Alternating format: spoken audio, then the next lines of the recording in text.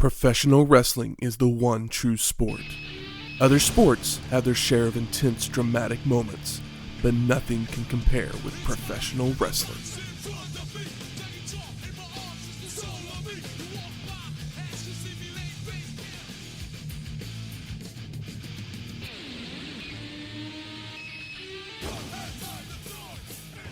Welcome to Wrestling History X, where three friends come together to talk about the stories behind the matches.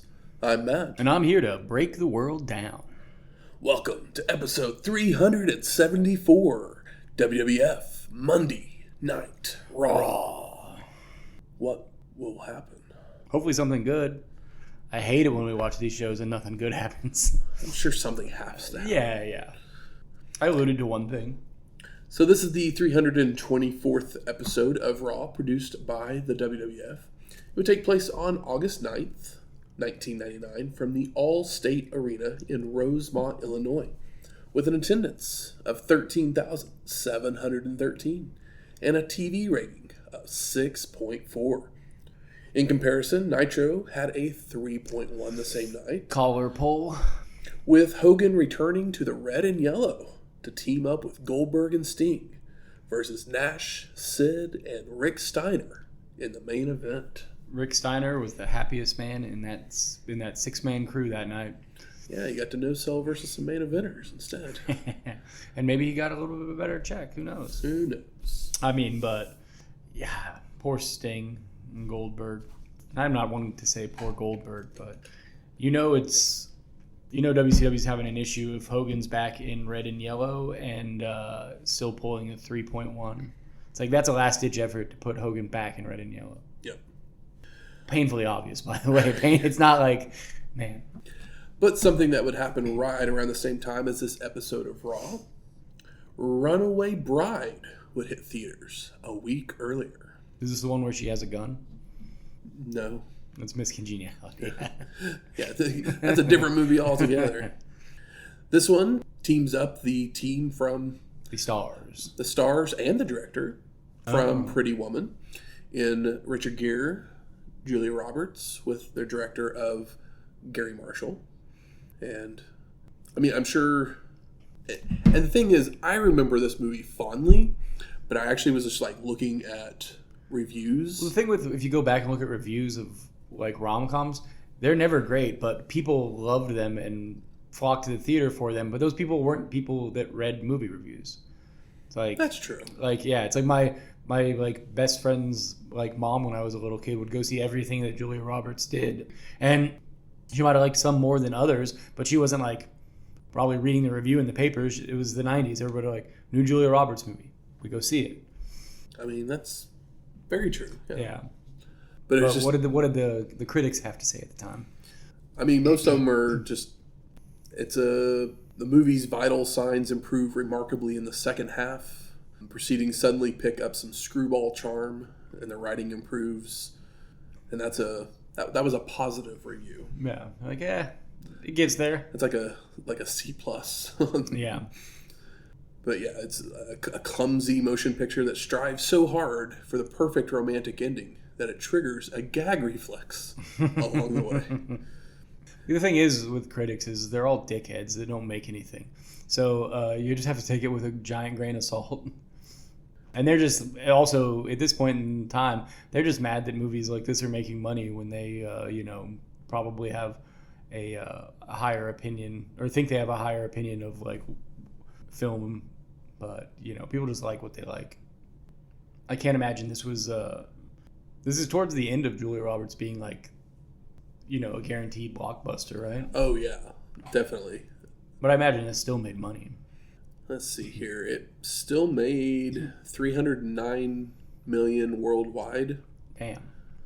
On a $70 million budget. Yeah, so this is totally more than acceptable. That is huge. Let's see here. What did she do after Runaway Bride? Is Erin Brockovich after this or before this? I think it's before this. I believe it's before. Which I've never seen, but I need to watch. Yes, you definitely need to see that. Is that a Soderbergh?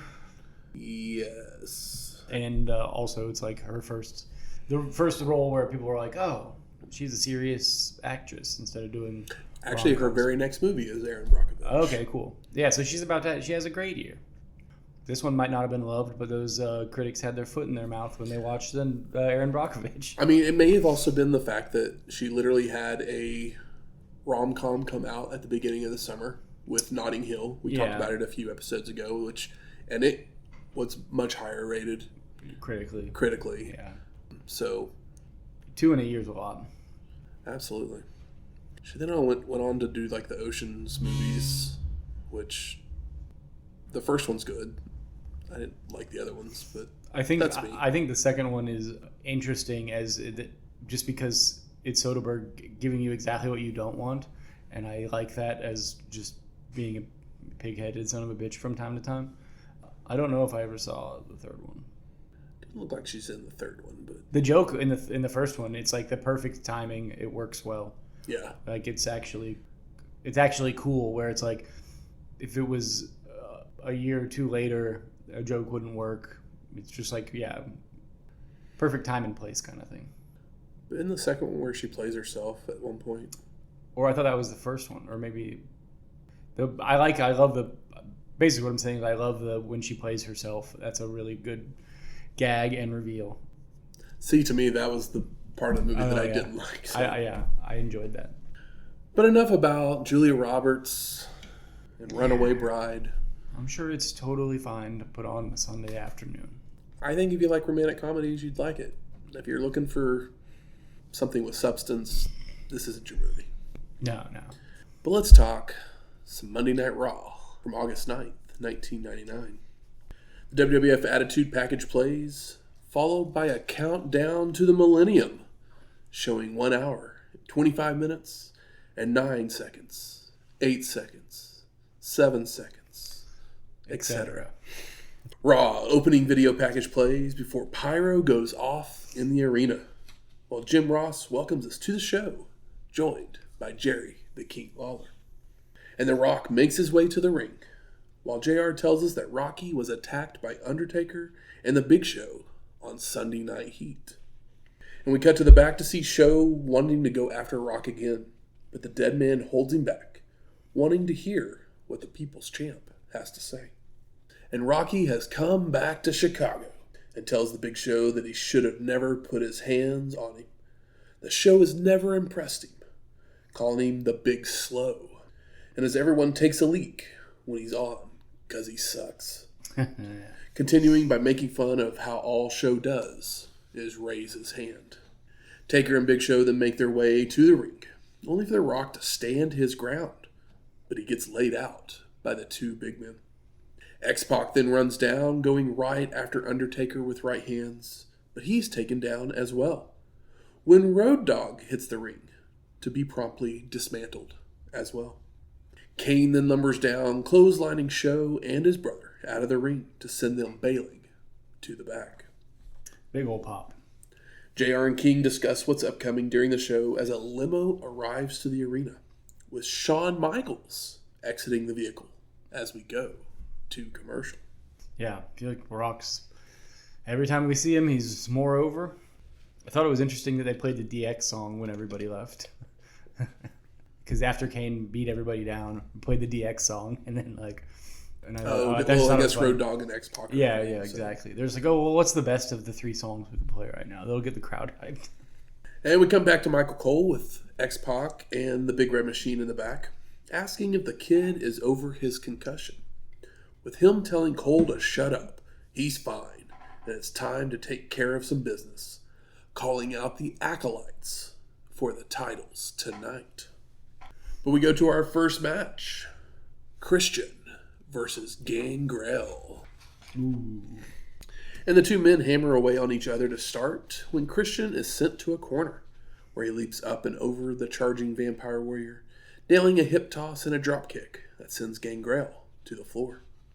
Christian with a baseball slide and leaps off the apron, only for the Vampire Warrior to sidestep, causing his opponent to crash into the barricade. Now back inside, Gangrel with a body slam, elbow drop, and goes for a suplex. But Christian floats over and delivers a tornado DDT. Damn. A reversed whip sends Christian to the ropes, only to slide under the Vampire Warrior and hit the inverted DDT. And Christian sets up for his finisher when the Hardys run down. But Christian lets go to dropkick them off the apron, followed by flying over the ropes with a springboard plancha onto them. Christian climbs back to the turnbuckles, only for the Hardys to trip him up, landing right in front of Gangrel, who spits blood into his eyes, allowing the Vampire Warrior to nail the Impaler DDT for the pin and the win. Post-match, the Hardys jump in the ring to stomp away on Christian when Edge runs down, spearing Matt, and goes for a side Russian leg sweep to Jeff, when Gangrel would interfere to hit another Impaler DDT, leading to the trio stomping away on him now. Michael Hayes then runs down and pulls the Hardys away, reprimanding them, only for them to attack him with a twist of fate and a senton bomb, followed by the Vampire Warrior joining the beatdown as well. First bump Michael Hayes has probably taken in 8 years. But now we have the New Brood. Why not? At least we're doing stuff with the tag team, because it's been kind of stale for a while. Michael Cole's then in the back with the Acolytes, and they accept X-Pac's challenge, claiming no one could stand toe-to-toe with them, including the Undertaker and the Big Baboon. And we cut to security walking Jesse Ventura through the back as we go to break. And we come back to Lawler in the ring, introducing the special guest referee for SummerSlam, Jesse the Body Ventura. And the last time we saw Jesse was at Bash at the Beach 94, episode 124. It's good to see him again. Yeah. And he's about to show us why we miss him. And Ventura brags about himself, saying he was a Navy SEAL, that there are a lot of frauds and pretenders, but really are not real people. Many ran off and hid when it was time to serve their country. People who pretend they're SEALs on TV, on bad TV shows, with bad haircuts. Did you know who he was talking about? Hogan? Yeah. He's a real man, and he brings up SEALs, just going on and on about Navy SEALs. Yeah, but he's, even if it goes on too long, he just can talk. And I love Jerry Lawler standing next to him just eating it up. He's just so excited to just see Jesse on fire right now. It's cool. And Jesse continues that he's a real wrestler, emphasizing the word wrestler over and over again. Jesse then finally talks about the title match, bragging that because of him, Vince is not here tonight, when Triple H and Chyna make their way to the ring. And Ventura tells Hunter he needs to work on his wrestling moves, as the best wrestler will win. It's his way or the highway. When Triple H begins to mock Jesse, talking about former this and former that. I used to be.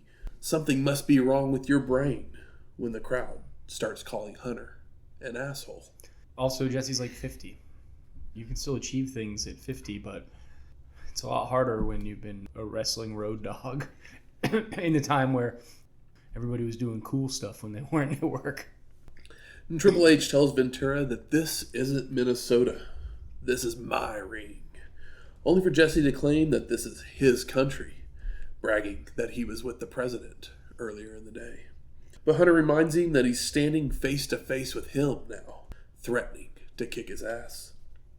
The Heartbreak Kid then comes out, saying that Jesse may have standards and practices he has to abide by, but Shawn doesn't, declaring Ventura the most powerful ref in WWF history, and reminds Triple H who brought him into this world.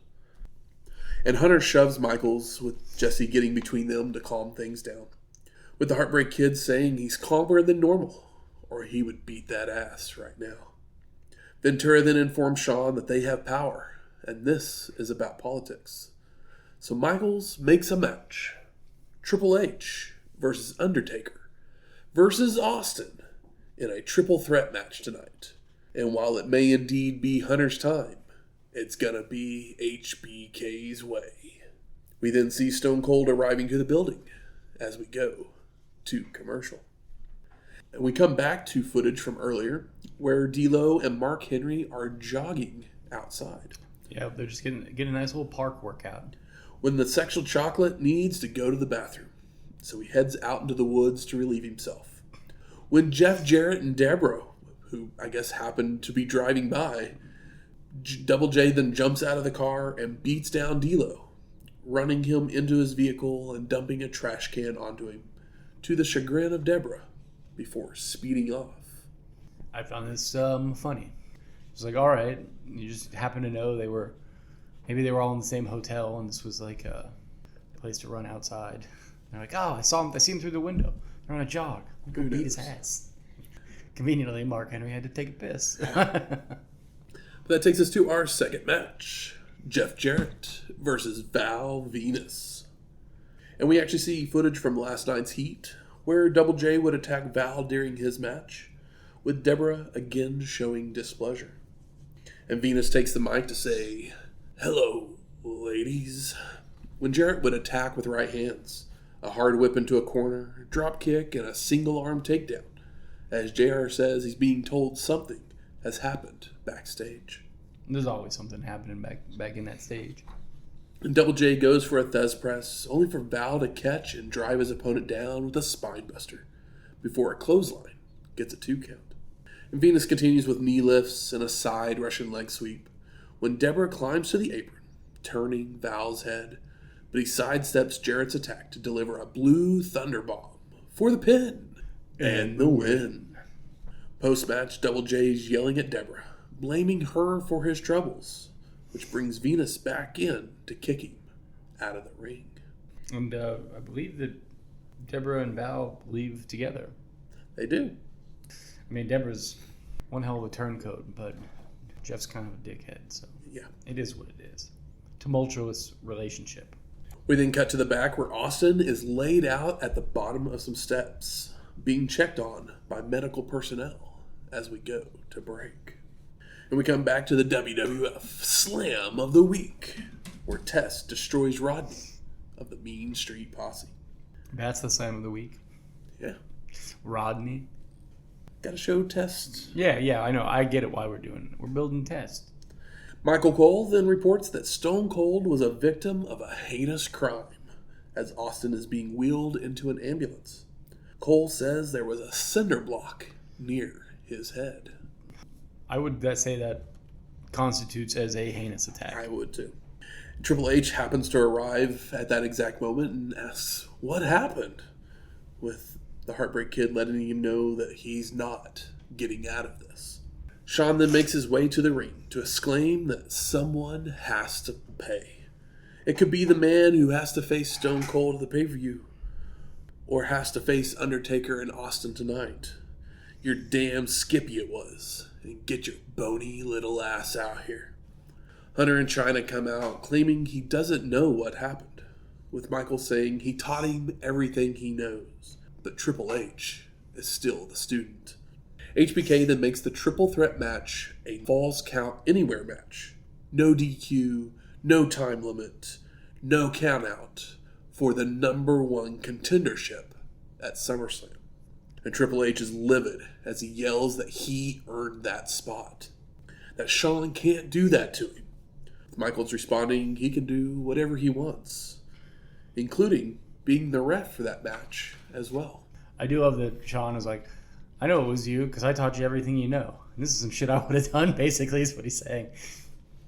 Hunter says there's no one to take Austin's place, only for HBK to find a replacement. Someone who's willing to stab their own mother in the back to get an opportunity. Someone who's been living in the shadows for so long that they would jump at the chance for a title shot. And Shawn says it will be Triple H versus Taker versus Chyna. Really, giving Hunter a hard time. And this leads to Hunter saying that's enough. She's just a girl. She's the ninth wonder of the world, damn it. And she could get hurt, as this is serious business. Which just pisses Chyna off, grabbing the mic to answer that she will take the opportunity, and telling Triple H to try her as we go to commercial. Chyna got bigger thighs than the majority of the locker room. We come back to Chyna and Hunter arguing in the back as Triple H tries to explain himself. When we go to our third match, Kane and X-Pac versus the Acolytes of Faarooq and Bradshaw for the WWF Tag Team Championships.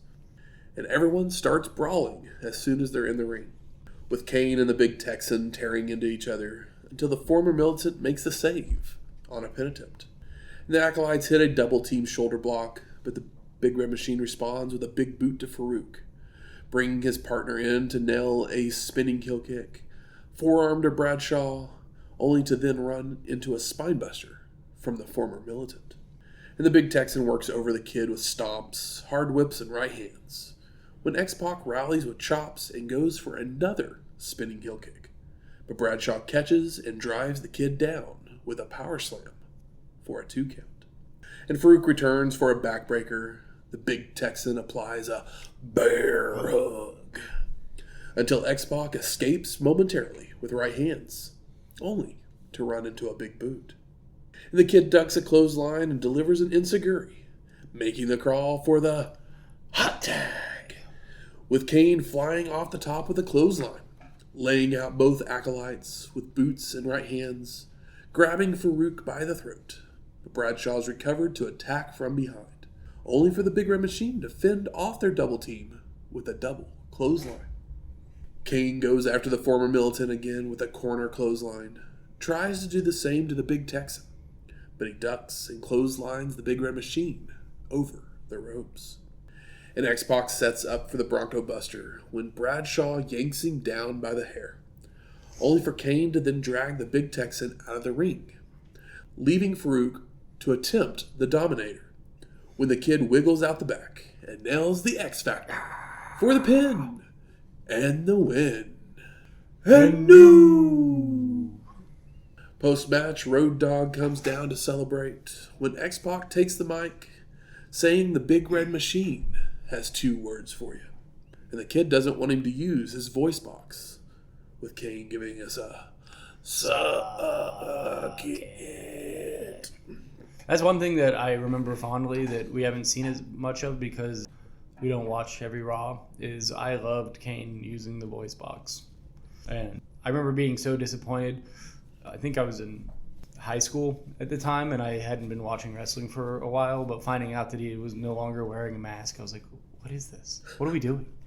I understand, but like, he was all burned up. It's like, yeah, he couldn't talk.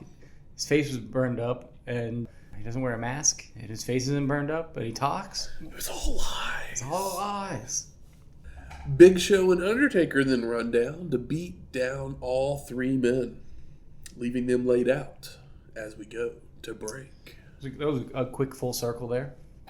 We come back to JR sending it to GTV, where we see Billy Gunn getting a massage and wanting the masseuse to touch his ass.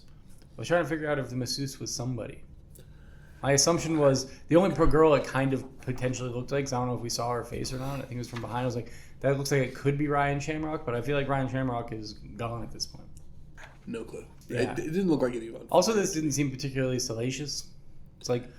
So, I'll just say it now. There was supposed to be another GTV, or there was another GTV segment, but the recording we had didn't show it. Oh, okay. So, what happened in the second one is she used some kind of lotion of some sort that I think was poison ivy, basically. Oh. And so it made his ass like super red and itchy.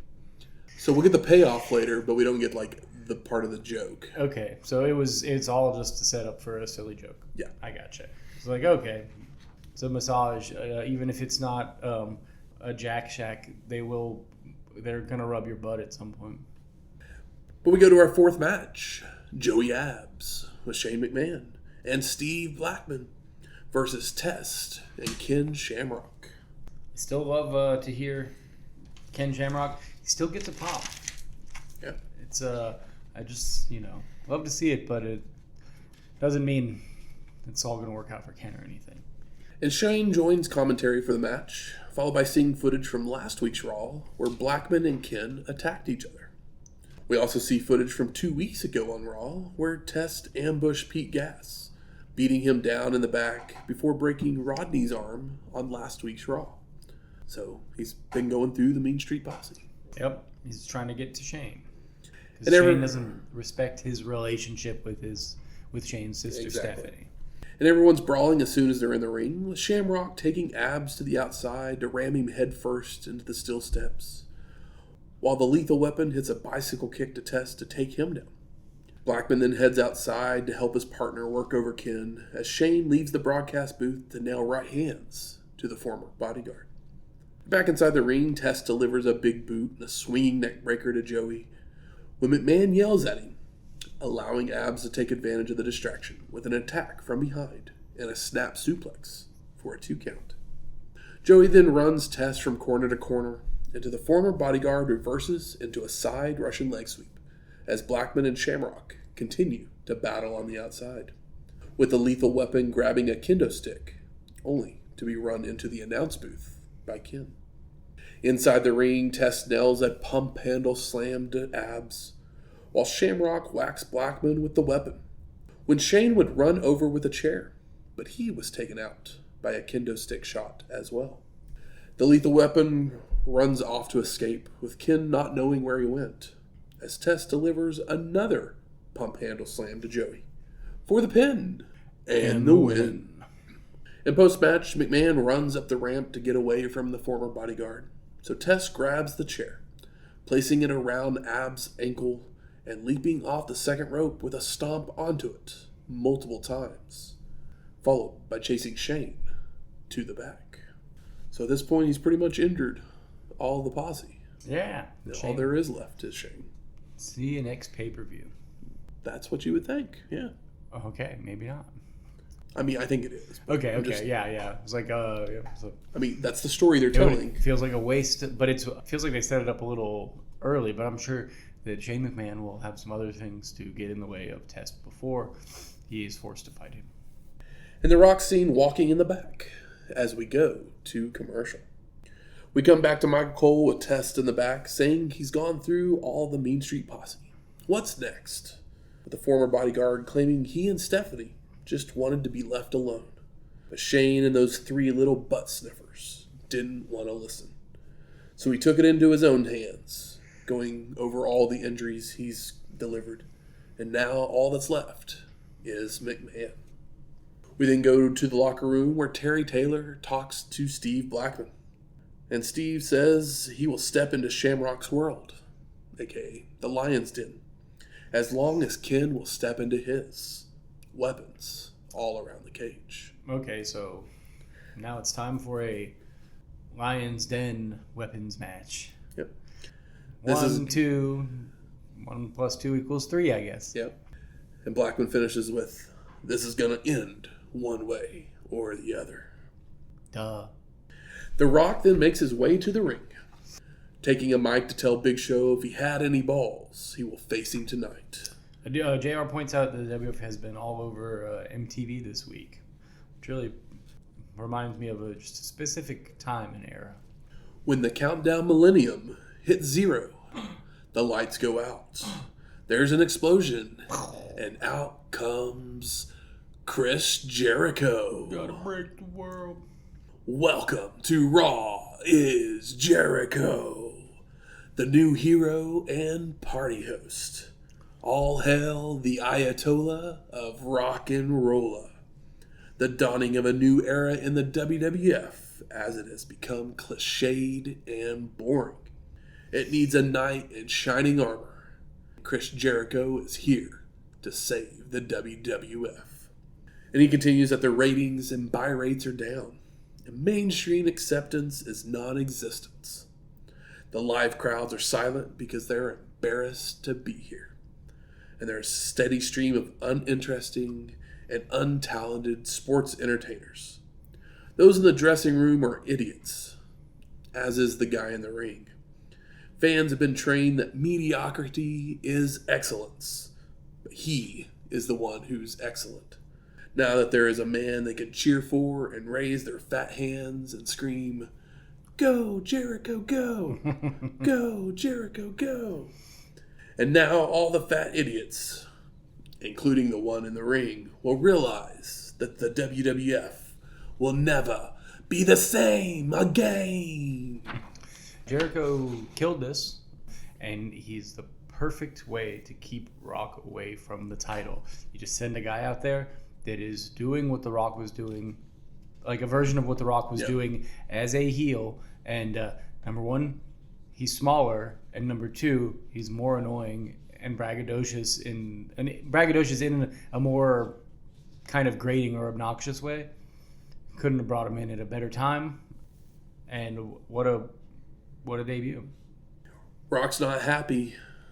Rock is not too happy. It says after 3 boring minutes that Jericho needs to know his role and shut his mouth. How dare the little jabroni come on his show and not introduce himself? And Chris starts to say something, only for Rocky to yell, "It doesn't matter what your name is." That Jericho talks about his Y2J plan. Well, he has a plan of his own. The KY Jelly plan. He's going to lube up his size 13 boot and stick it straight up Jericho's candy ass. If you smell what The Rock is cooking. I know. I've been a Rock hater basically my entire life, but this sucks. The character is so cynical and lame, but everyone fucking loves it. It's just like, it's not cool, corny. I fucking hate it so much. And like Jericho just came out here and wiped the floor with him, but somehow The Rock came off as more annoying to me personally. It's just, it never worked for me, and it still doesn't. I think as a heel it works, but he's still like, I guess in that not enough changes from him going from heel to face in the Attitude Era. It's like he's still kind of the same character, except for he's even more annoying but gets bigger pops. We then cut to the back where Hardcore Holly is telling everyone that the Big Shot is looking for Big Show as we go to break. Coming back to our 5th match, Big Bossman versus Road Dogg Jesse James in a non-title match. Non-title hardcore match? I mean, can you think of 2 guys you'd like to see less together in the ring? So Road Dogg does his shtick as he's walking to the ring, bringing a trash can full of weapons with him. Who is he? I think he is New Jack. No, New Jack would murder the Road Dogg with a dull spoon. And he takes out a cookie sheet to take inside the ring to whack Bossman with. James goes back to the floor and brings a table into the ring now, before smashing another cookie sheet over the head, allowing him to finish setting up the apparatus. Road Dogg then brings a chair in, only for Big Bossman to kick it away and use the weapon himself over the head of his opponent, followed by a powerbomb through the table. Al Snow then runs down with a dog kennel, supposedly with Pepper, his dog, inside, hitting Bossman over the head and causing him to fall over into a small package from James for the pin and the win. That absolutely happened. Absolutely. Big Show and The Rock are then shown walking in the back as we go to commercial. Coming back to our 6th match, The Rock versus Big Show. And Rocky attacks as soon as his opponent is in the ring, hammering away with right hands and turnbuckle smashes, when Show would catch The Rock charging in, only for the People's Champ to float over and hit a side Russian leg sweep for a 2 count. Big Show reverses a whip and nails a leaping shoulder tackle to take control, with chops, headbutts, and clubbing blows to the back. The Show continues with chokes and boots in a corner, when The Rock would fight him off, but gets whipped to the ropes and hit with a big boot and a bear hug. But Rocky punches his way free, only to run into a sidewalk slam for a near fall, when Hardcore Holly would stroll down to the apron, where Big Show shoves him off to the floor. And the distraction allows The Rock to deliver a low blow and a DDT to set up for the People's Elbow, when Jericho would run in to attack Rocky from behind for the disqualification. Post-match, Billy Gunn then runs in and begins beating down The Rock, stomping away and nailing a brainbuster to leave Rocky laid out. And the completion of that joke from earlier is that while he's doing that, he's like scratching his ass. Okay. This was fun, but it was a little much. I mean, it kind of feels like, I hate comparing WCW and WWF. Yeah. But The Rock kind of feels they're like both American wrestling. But The Rock kind of feels like Sting, because like Sting just kept getting involved in he's in the middle of numerous different feuds. Yeah. But the difference here is we're waiting for the time to use The Rock, whereas Sting they're just spinning his wheels. We didn't know that at the time for The Rock. Yeah. But it makes sense in hindsight. Because I totally see what because obviously this show alone, he's calling out Big Show. Yep. Jericho's come out and now they're having war of words. Yep. His actual feud that he's going to have at the next pay-per-view is with Billy Gunn. Mm-hmm. So it's like he has all these... Basically, they set up 3 months of keeping The Rock away from the title. Yeah. Chyna is then shown walking in the back as we go to break, coming back to highlights of what we just saw. When Jesse the Body Ventura comes out to the ring to join the commentary booth for our main event. So we get our 7th match, Chyna versus Triple H versus Undertaker in a Falls Count Anywhere match for the #1 contendership for the WWF Championship, with the Heartbreak Kid, Shawn Michaels, as the special guest referee.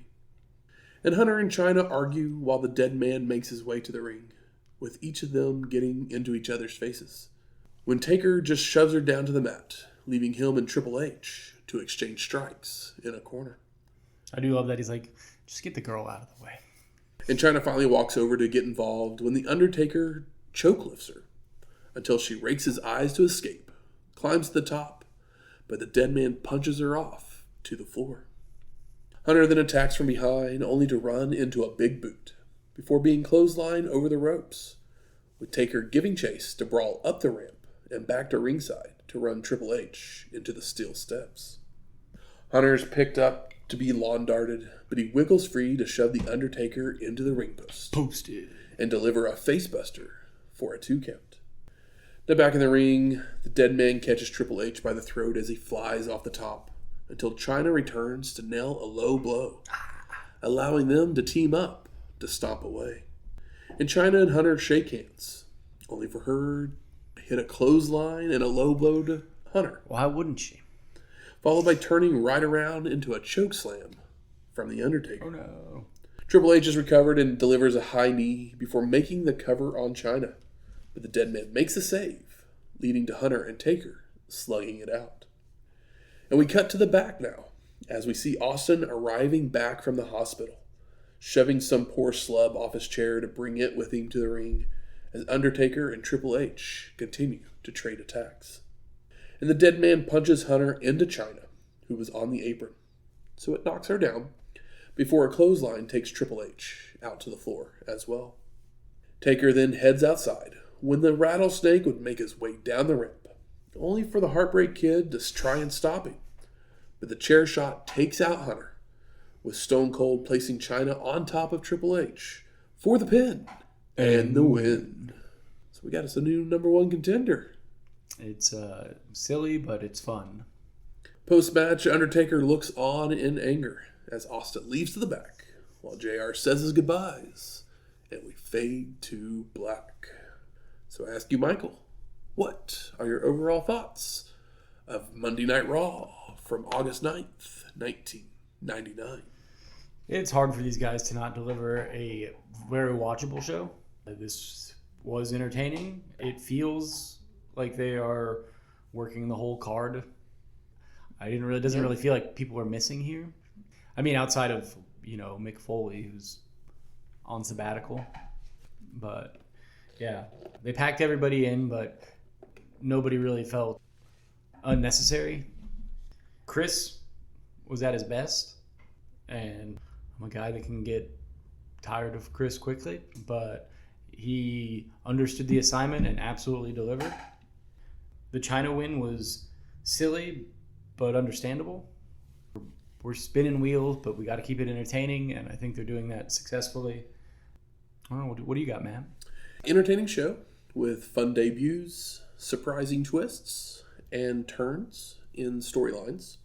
Even though we know some of them won't last. They never do. But basically, come for the Y2J, stay for the overbooked matches. And boy, were they overbooked. Yes, they were. But they still made some kind of sense. Yeah, I mean, I had no issue with any of them. But holy overbooked matches, Batman. it's a Raw. Yeah, especially in this era. That's what you get. Yeah. Good. Where's the smart marks at? There. All right. Fuck you. I think it's time we smark it up. So what are some of the best moments of this show? I just loved Jesse with a microphone in front of him. The shot at Hogan was pretty funny. Yeah. It was just vague enough that, like, if you aren't paying attention, you don't really know what he's talking about. Yeah, Jesse's one of those few guys that is not only a good promo, but he's also smart. Because there's plenty of wrestlers that are good promos that are not people that I would deem intelligent. And I would say most of them. But Jesse is one that he's big and brash, but he's clever enough to know exactly what he's doing. Jericho, I know that the audience didn't feel the way, but me personally, making just outperforming The Rock. I mean, I know you dislike The Rock. It's the same catchphrases. None of them are funny.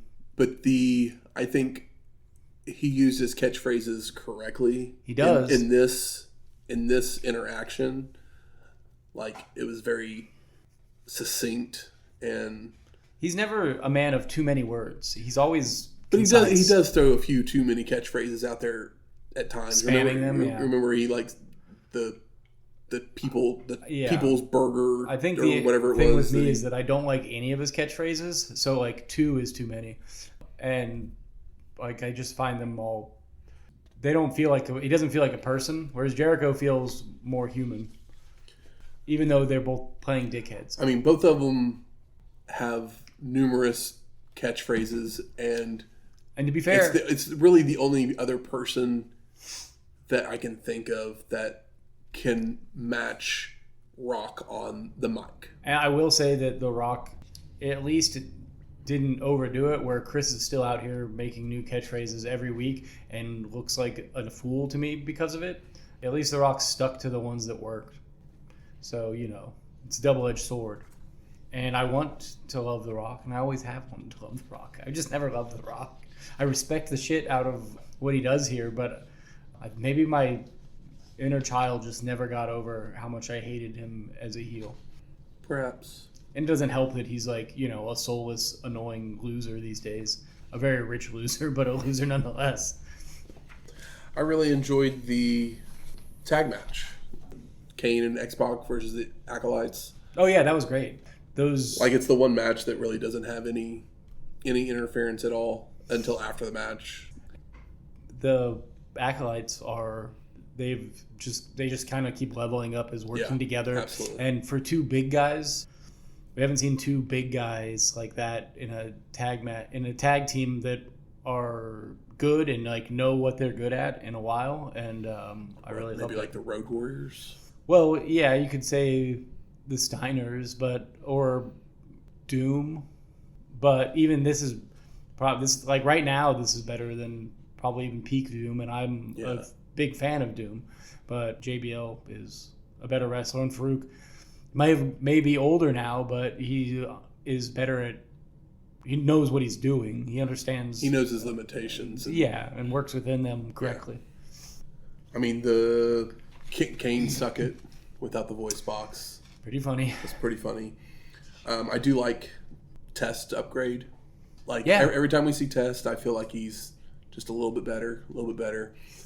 And they're doing it. It was a really smart way to build him up, where he just gets, was it 3 or 4?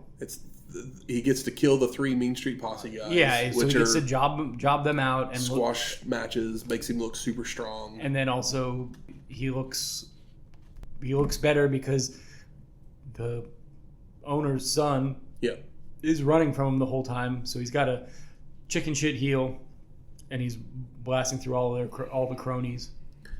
And they give him the pump handle slam as a finisher, which is a great move. I love the pump handle slam. His does not look as good as Road Dogg's. No, what's his face? The Pearl River Plunge. Oh, God, Ahmed Johnson. Yeah, here we go. I was like, why are we blanking on this guy's name? Because he didn't have a great name. It wasn't memorable, but yeah, Ahmed Johnson had the best pump handle slam maybe of all time though. So you can't really judge test for it because it's still a cool move. Like anybody can do it and it looks cool. It's just that Ahmed Johnson was a freak and his looked cooler than anybody's. Anything disappointing on this show? I mean, knowing where the storyline goes. So I'm not going to spoil anything. Yeah. But Al Snow coming out with the dog kennel. Oh, I think I do know where this goes. It's, we'll get there soon enough, but it's considered one of the worst matches of all time. Yeah, but that's, I find exciting. I like him a huge mistake. So WWF doesn't have them nearly as often as WCW. True. So, for every 10 or probably 20 that WCW has, WWF, they deserve one terrible idea. Totally. And this will be a really fun one. I mean, I guess technically a good idea was getting Michael Hayes out of being an on-screen personality, because I think this is the last time we see Michael Hayes as anything to do with any of those tag teams. Yeah, no, it's great. The Hardys, they have Michael Hayes out there, I guess, to help them be comfortable. And he's also, he may have not been ever the greatest wrestler, but he was in one of the greatest tag team groups of the 80s. So he understands wrestling. But him trying to dress like the Hardys was just disgusting. It was, almost as bad as the way he dresses now. But on the disappointing side, it's but we're just going to put the Hardys now with Gangrel. And I know it's just to help build up the Hardys versus Christian and Edge. It gives them a little bit of meat on the bone in their feud. Yeah. I get it. But at the same time, I mean, Gangrel needs somebody on his side. He's just one man. And I honestly do kind of feel bad for Gangrel because he just gets overshadowed immediately. Overshadowed by everyone, yeah. Yeah. Which, I don't think he's a bad wrestler. He's not a great wrestler. But he's also ugly as sin. So that's not helpful. Wish they would have told us more about why Deborah and Jarret were having issues. Because weren't they on Fully Loaded, and I don't remember this being... I feel like they're always at each other's throat, back and forth. It's always something, it seems like. So I wasn't too confused or worried about it. I just assumed it's it's one of those weeks. Literally the night before, there's no semblance of this storyline of them being at odds with each other. Yeah, but I mean, Jarrett's done the jealousy cover-up thing for so long that I feel like that they did just that kind of pull it out whenever they need it for a story. Exactly, and I don't because if I wasn't questioning it, so I mean, I don't know if I was questioning it. It was just kind of we're picking nits. Yeah. Anything else disappointing on this show? It's a really watchable show. It is a really watchable hour and a half with no commercials. How about best performer of the night? Should we give it to Chyna? I mean, she did her job. Yeah. Honestly, we were more impressed with her in the pay-per-view, but she had more to do there. That is true. We give it to the Acolytes, maybe? Because they have had probably the best match. We give it to, let's do it. Or Jericho, just for actually nailing the assignment. I mean, is the surprise of the night Jericho, or is it that Chyna won? I would say that it's Chyna won because in hindsight we all know that, but we don't all remember Chyna winning this match. I didn't remember Chyna winning this. No, but I knew that was where it was going at some point, but I didn't. But as soon as the countdown comes on the screen at the beginning of the episode, we all know why. We know exactly what's happening. It was a surprise to me as a kid, but I also didn't know who Chris Jericho was when I watched this live because I was not a WCW guy. I would flip between commercials, but that was 30 seconds at a time or whatever. I knew who DDP was. Yeah, as soon as Jericho came, because I was watching and Jericho came out, I was pumped because I loved Jericho from watching Yeah, that must have been WCW. super awesome. And then also for him to come out there and they made him a big deal immediately, which he only got to like solid mid card for a handful of months in WCW. And then he literally comes out and talks smack to the second biggest star in the company. Yeah, at this point, you'd say this the second most over. Like the Undertaker's the longer staple, but like the Undertaker's never been as famous or as like beloved as The Rock. Yeah. He's our solid hand, where The Rock is a star that will help turn this company into one that becomes publicly traded. For the thousands in attendance and the millions watching around the world, ladies and gentlemen, let's get ready to rumble!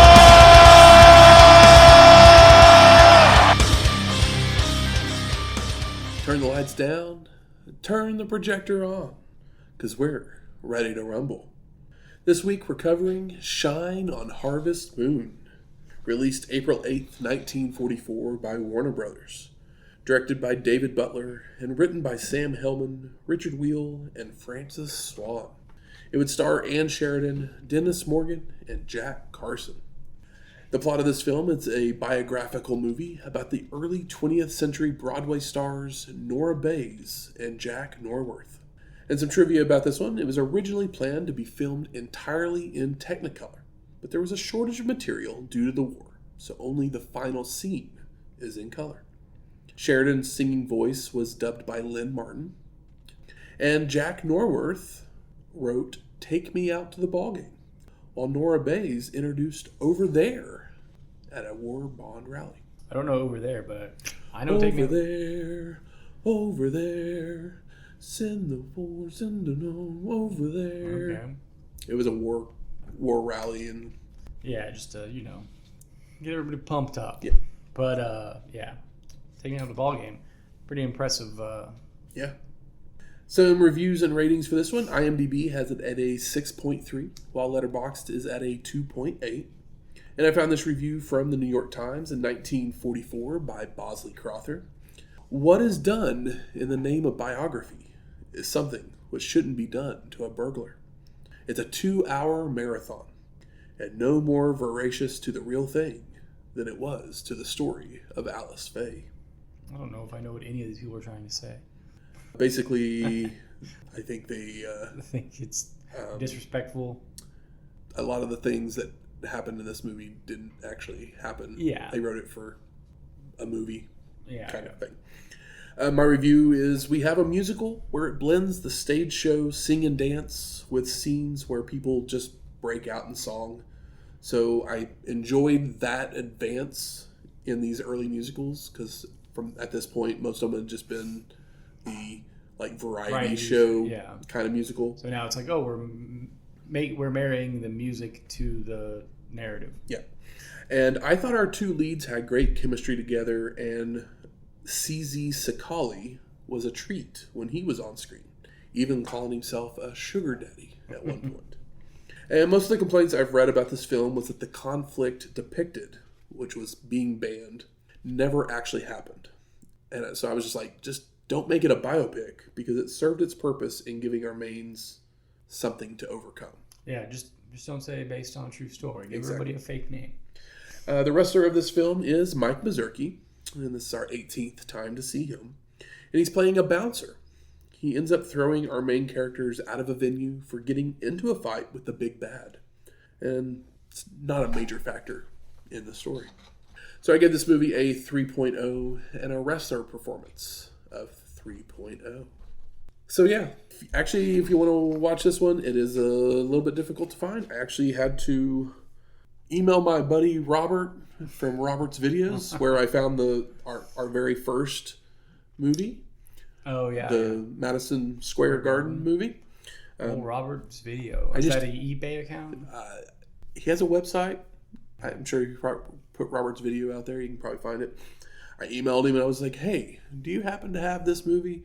And he was like, yeah, I sure do. And I was like, send it on over. I'm so curious. I need to look up just what his collection is. It's probably bananas. It's just a bunch of just random... forgotten old black and whites. Yeah. So that's basically the only way I could find this movie. So if you want to watch it, find Robert's video out there on the internet. Seemed like you liked this one more than some others. I mean, I thought it was fine. Like, I can understand... 2 hours, though, seems like a lot. I can understand Crother's criticism of the film, but in hindsight, being, 70 years later, it's not going to bother me as much. Yeah, you don't know. Because I don't know who these people are at all. Place, so yeah. Next week, Road Wild 1999. I hope this is the last time we go to Sturgis. I believe it is. I had a feeling it might be. But music from this week's show is Thorn in My Eye by Jim Johnston. And Chyna won the main event. So we play My Time by Jim Johnston. It's also Triple H's music, but they just both use it. All right. I was like, which one's that? This is like... But it's just funny because we were actually playing it for Chyna before we're playing it for Triple H. This is a super forgettable Triple H song. Yeah, it's the one before he gets Motorhead. the game and Motorhead and all that. Yeah, it's like this one's just kind of, this song could never elicit a pop. No. It's just doesn't have a hook. It doesn't. I mean, it's not bad. It's not memorable. No. Yeah. And if you like this episode or any of our other ones, please go out there and rate and review us on iTunes, Spotify, YouTube, or wherever you find your podcast at. Do as Michael says. 5 stars or no stars. And as you said, wherever you find your podcast at, might be a better place to find our podcast than Spotify at this moment. Just a heads up. I don't know if it's because WWE is hitting all the content creators or if it's just Spotify's AI doesn't like unlicensed music because I'm paying for it. We're playing like 10-second clips of exactly. Stone Cold song. But it for some reason stopped liking Stone Cold songs, and so literally all the episodes with it playing so odd. just disappeared. So but you can find them anywhere else. Yeah. I mean, I'm trying to make changes so that they will continue to be on Spotify. But we're not going back in it anymore. But yeah, not doing that. Yeah, if there's something missing that you were looking for, there's plenty of other places to find it. Exactly. And if you have any questions, comments, concerns, you can send those to our email at WrestlingHistoryX@gmail.com or find us on X at WrestlingHistoX. That's Wrestling HISTOX. We'll talk to you next week. Laters.